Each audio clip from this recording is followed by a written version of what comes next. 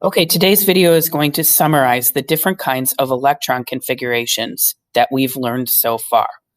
I'm going to do a pretty big one, which is lead. You've probably heard about lead in that we should try to avoid ingesting lead. It causes some health problems and dementia. So lead is something we try to keep out of our groundwater system. And we've talked before that pencil leads are actually not made out of lead as many people think they are. So I'm going to do my complete electron configuration. We'll abbreviate that EC for electron configuration. Always start at the beginning, and we fill them in order of increasing energy. You can follow along with your off-ball diagram until you get to the point where you don't need it anymore.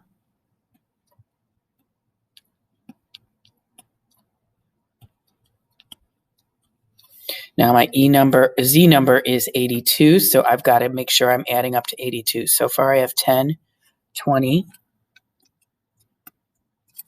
30. Remember the different sublevels. You need to know how many electrons each sublevel.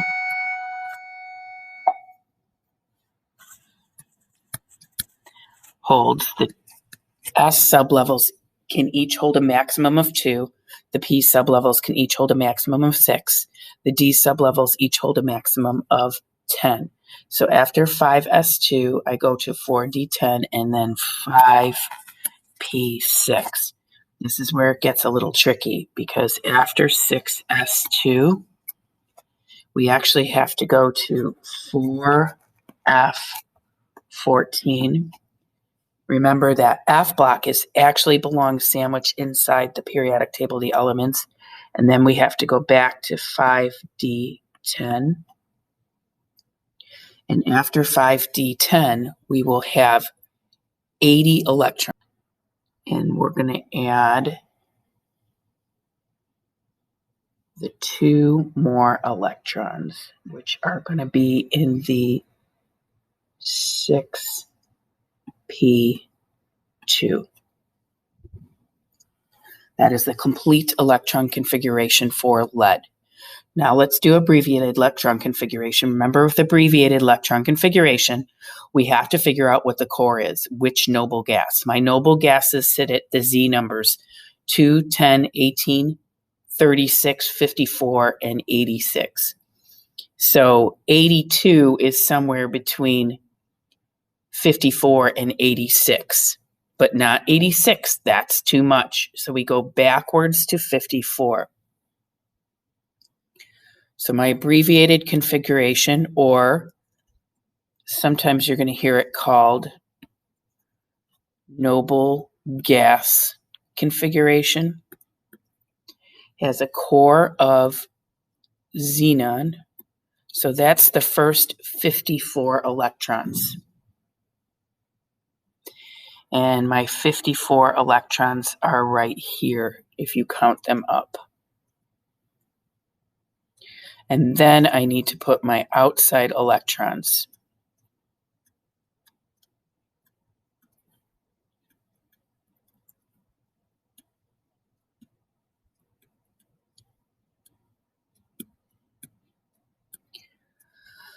So that's my noble gas configuration.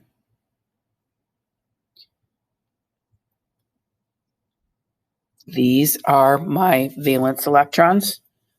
The 54 that are in my core here, those are my core electrons. And my outer shell electrons are all of these electrons.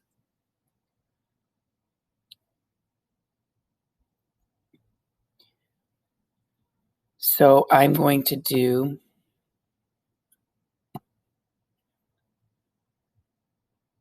the orbital box diagram next.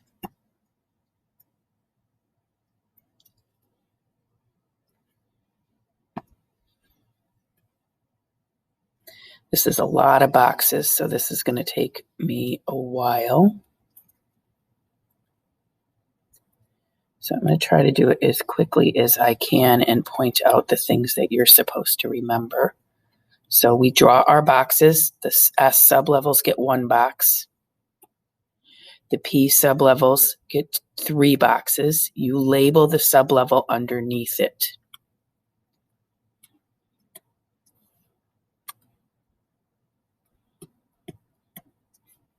The D sublevels get 5 boxes. The boxes are connected together, and we label the sublevel.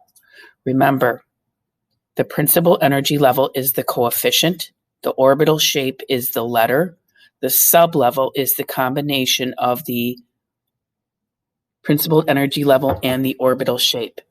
So the orbital box that I just drew was for the 3D sublevel. So the sublevel is going to have a number for the principal energy level and a letter for the shape.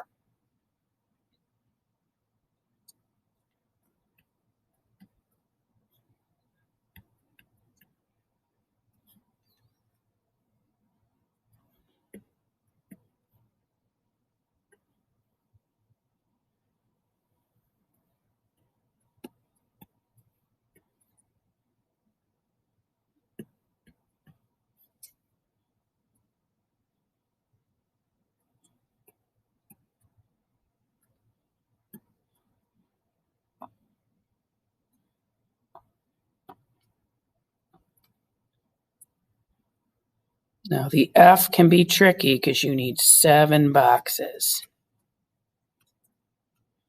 1, 2, 3, 4, 5, 6, 7. That's the 4F.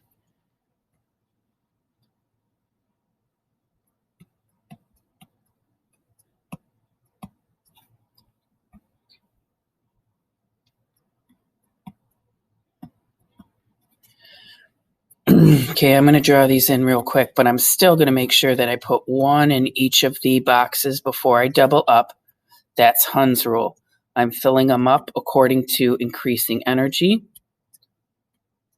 That's the off-ball principle. I'm putting the arrows, one pointing up and another pointing down in order to follow Pauli exclusion principle.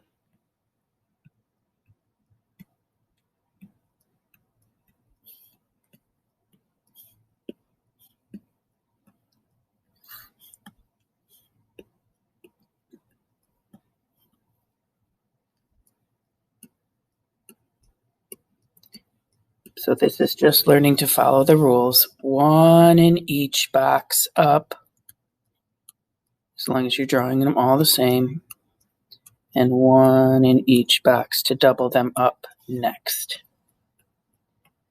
And then I want you to pay close attention to the 6P because I drew all 3 boxes for the 6P, but I don't have an electron for that last orbital. You still need to draw the box there even if the orbital's empty. So this shows us that lead has 2 unpaired electrons in the 6P. It has a total of 4 valence electrons. So let's do the dot diagram together. Remember, you draw the symbol, and the S electrons go up on top, and then the P electrons go 1 on each side before you double up. So this is every one of the electron configurations that we've learned so far and that you will be needing to know for our quiz.